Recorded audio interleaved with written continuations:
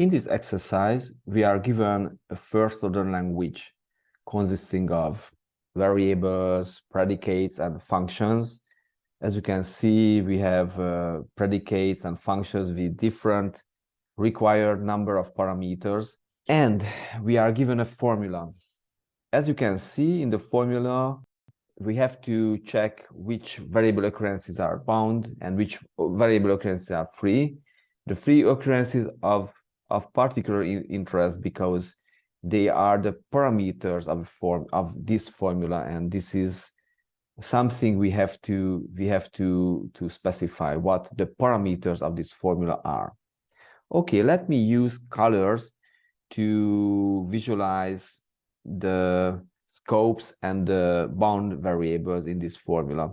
So first of all, we have this universal quantifier at the beginning. This is the scope of that quantifier, and inside this scope, this is how binding works. So both occurrences of X are bound. In a similar way, we can analyze this second quantifier, which binds this occurrence of Y.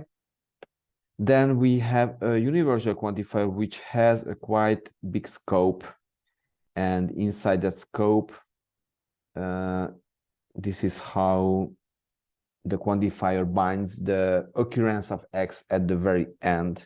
And finally, we have another universally quantified formula here.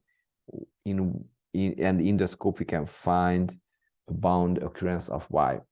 Okay. Now let's collect the parameters of this formula. Are there any parameters in this formula? Or in other words, are there any free occurrences of variables? Well, yes, we can find, for instance, one here. X has a free occurrence. It's not bound by any of the quantifiers.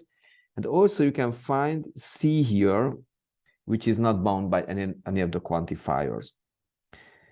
However, since we are talking about parameters of this formula, we must not consider this constant. This is a constant. This is a function with 0 parameters. Constants cannot be parameters of a formula. Only variables can be. This is why we should only consider X. So basically, the parameter of this formula contains only one element, X. X is the single parameter of this formula.